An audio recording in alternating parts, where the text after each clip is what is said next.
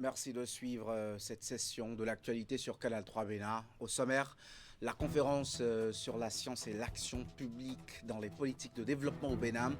Après Abidjan, Rabat et Dakar, cette cinquième édition de l'école d'été sur les méthodologies du développement se tient à Cotonou. Le ministère de l'économie et des finances coordonne l'organisation avec l'implication de 3 grands partenaires internationaux. 2 ateliers, dont un dédié aux actes médicaux dégradant l'image de la femme. Les experts échangent les bonnes pratiques avec les professionnels de santé sur le pan des violences gynécologiques et obstétricales. Les travaux tenus à l'Institut national de la femme préparent la tenue prochaine au Bénin du Congrès international sur la santé des femmes en Afrique. Et puis, tirage au sort des équipes départementales participant à la phase nationale du championnat scolaire. L'opération s'est tenue ce matin au ministère des Sports et de l'Engagement civique. La compétition, organisée par l'Office béninois du sport scolaire et universitaire, démarre samedi. L'école d'été sur les méthodologies du développement a été officiellement lancée ce mardi à Cotonou. C'était au cours d'une conférence de haut niveau sur le thème Science et action publique, construire des politiques publiques qui fonctionnent pour un Bénin prospère et inclusif.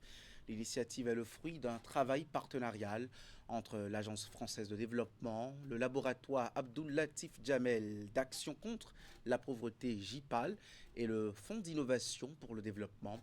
Elle est organisée au Bénin pour la première fois sous le patronage du ministère de l'économie et des finances chargé de la coopération. Virgile Arrodeo.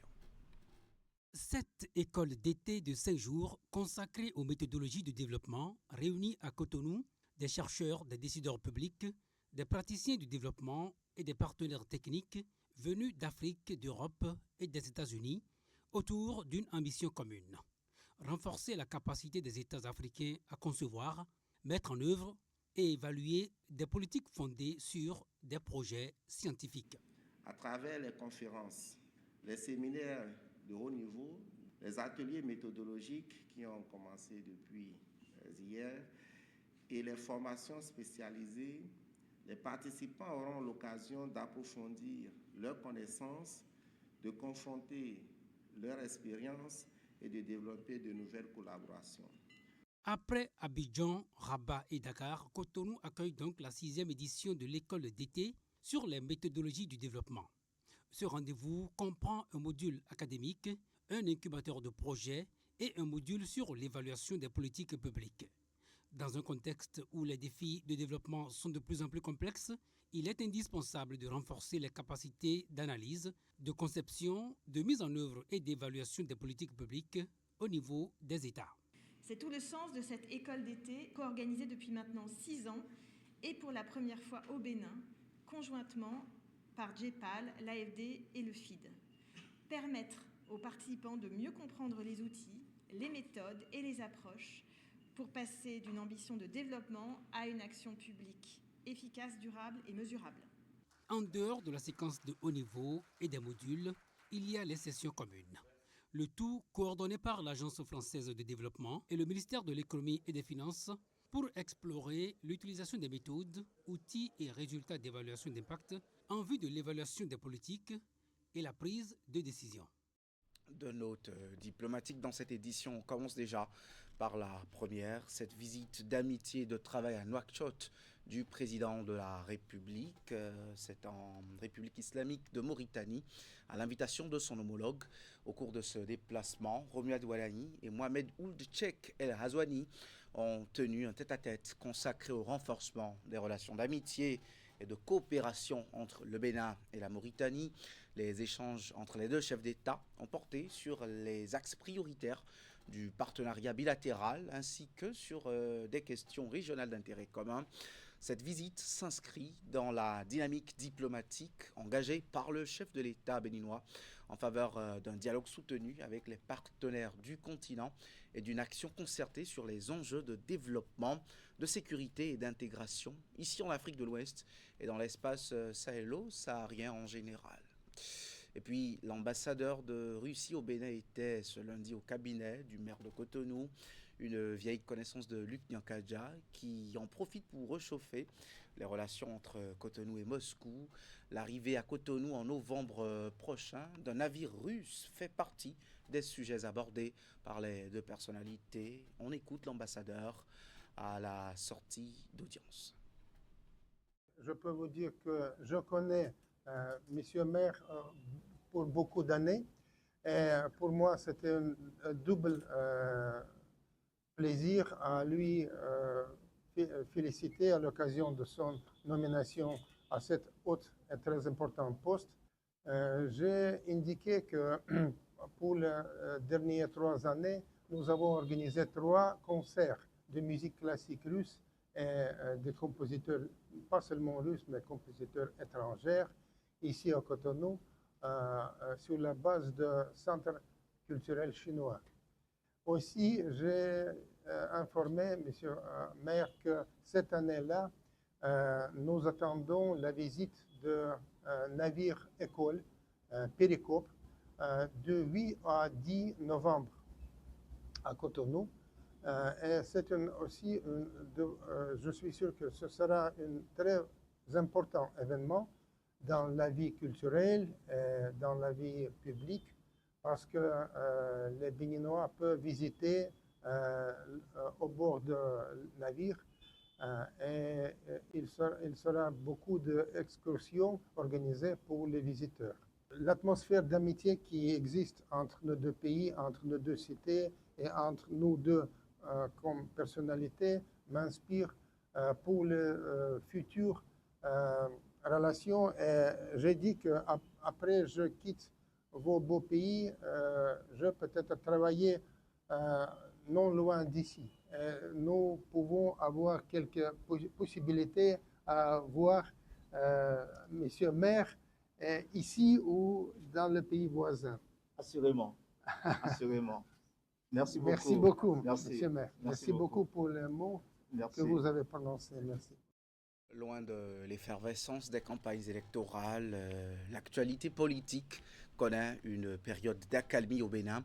Mais dans les rédactions, pas question de rester sans apporter l'information politique au public.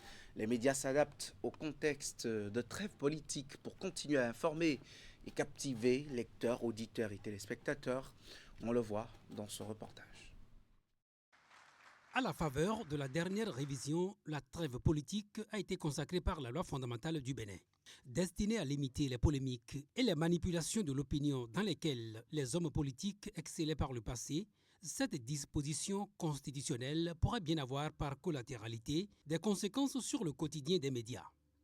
Et c'est le président de la Haute Autorité de l'Audiovisuel et de la Communication qui, le premier, en donnait déjà le ton à l'occasion de la célébration de la Journée mondiale de la liberté de la presse le 4 mai dernier. Les moments qui s'annoncent, je lis ça déjà dans certains journaux qui voient venir, avec la trêve politique. Parce que c'est vrai, ce n'était pas une bonne idée, mais nous avons drogué notre public, notre auditoire à la polémique politique et politicienne.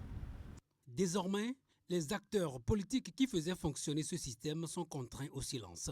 Quant aux professionnels des médias et autres patrons de presse qui en profitaient, ce pourrait être la période des vaches maigres en raison des sollicitations politiques qui, de fait, se feront de plus en plus rares, même si les effets de la trêve politique ne se font pas encore ressentir au niveau de certaines rédactions. Pour le moment, au niveau de notre quotidien, le matinal, nous ne sentons pas pour le moment les effets de cette trêve politique-là, étant donné qu'on n'a pas de matière en quelque sorte par rapport aux actions posées par le nouveau président de la République. Il n'y a pas matière à peut-être le prendre à défaut sur des éventuels faux pas qu'il aurait posés.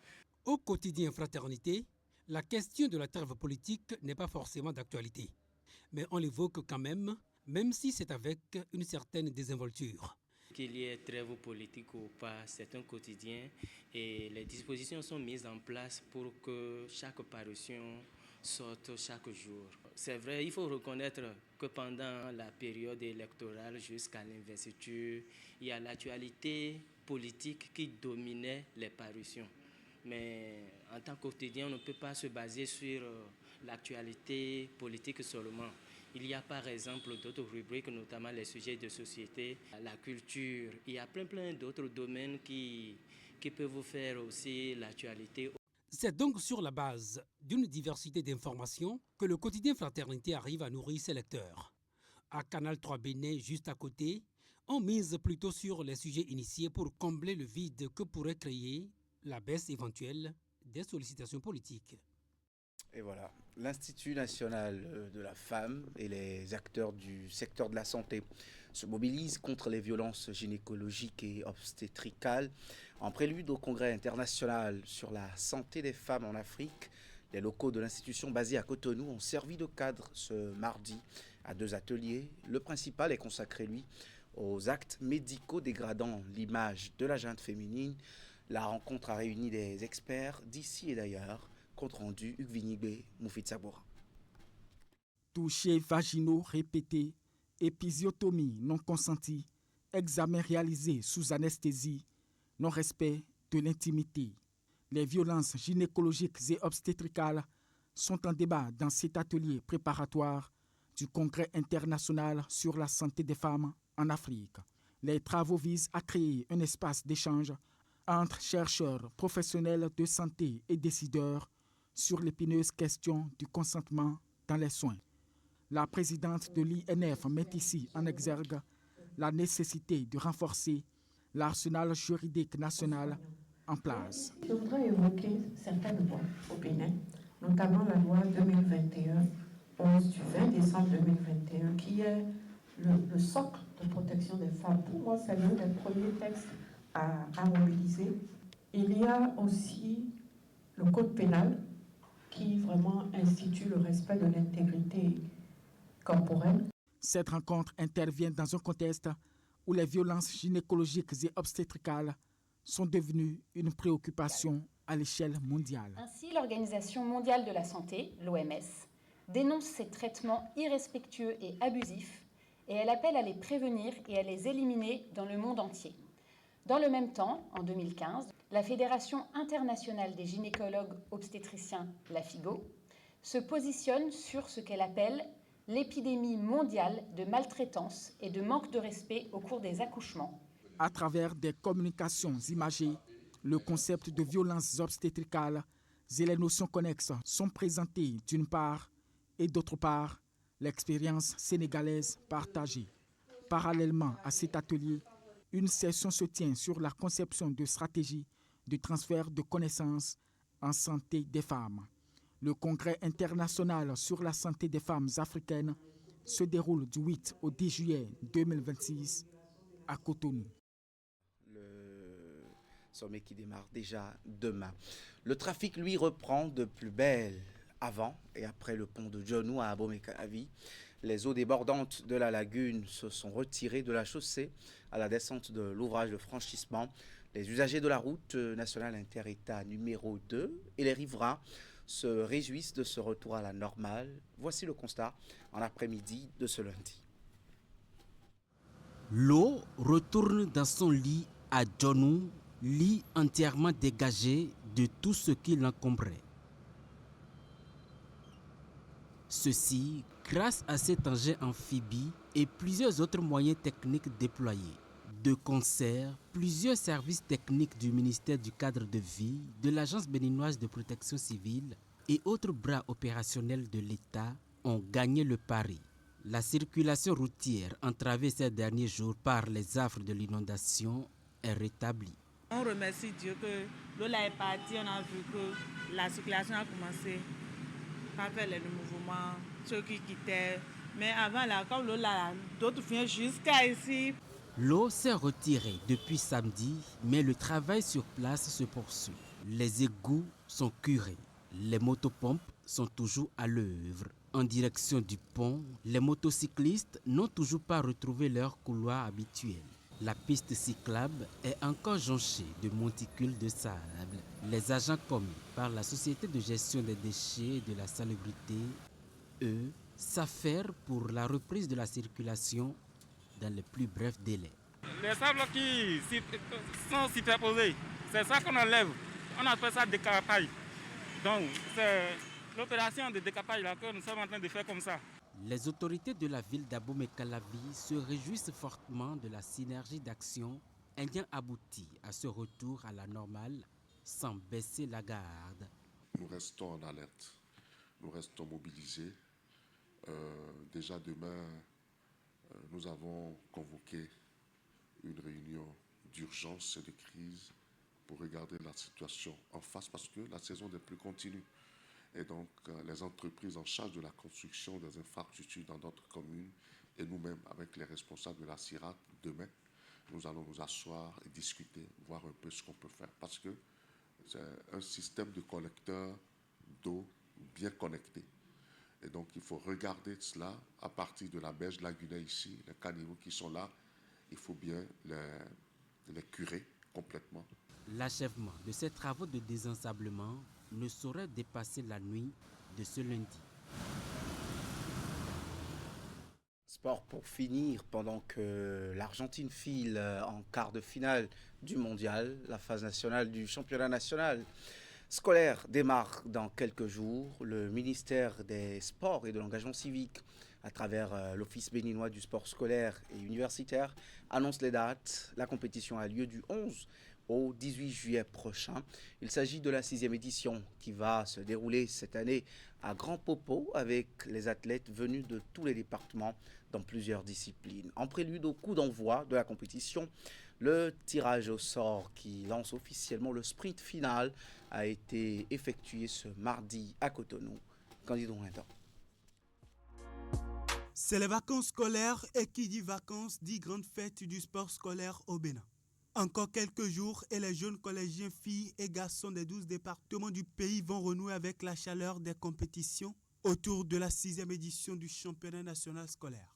1488 athlètes vont se challenger durant plusieurs jours sur les installations du stade Omnisport de Grand Popo respectivement au football, au basketball, au handball, au volleyball et en athlétisme. Le championnat aujourd'hui, c'est un creuset, nous sommes d'accord, de détection, de promotion également de notre sport à la base. Et également, il y a d'autres qui sont en train de pouvoir trouver des contrats à l'international. Place à la phase nationale de l'édition 2026 du championnat national scolaire après les phases communales et départementales. Les différentes équipes qualifiées sont désormais fixées sur leurs différentes confrontations dans les diverses disciplines. Aussi bien au football, au basketball, au handball ou encore au volleyball, les 12 équipes qualifiées par catégorie sont réparties en 4 poules de 3 équipes pour le premier tour. Notre objectif, c'est de pouvoir se dire, nous avons tout ce qu'il faut pour constituer une équipe nationale à l'issue, scolaire bien sûr, à l'issue de cette compétition-là. Et que chaque enfant se dise, je dois me retrouver parmi les sélectionnés pour la seconde phase qui est la Ligue nationale.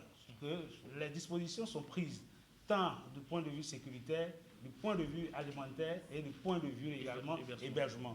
Donc les dispositions sont prises, soyez rassurés et tout ira dans l'ordre. Rendez-vous le 11 juillet prochain au stade Omnisport de Grand Popo pour le coup d'envoi officiel d'une semaine de passion, d'émotion et de compétition pour plus de 1000 jeunes athlètes.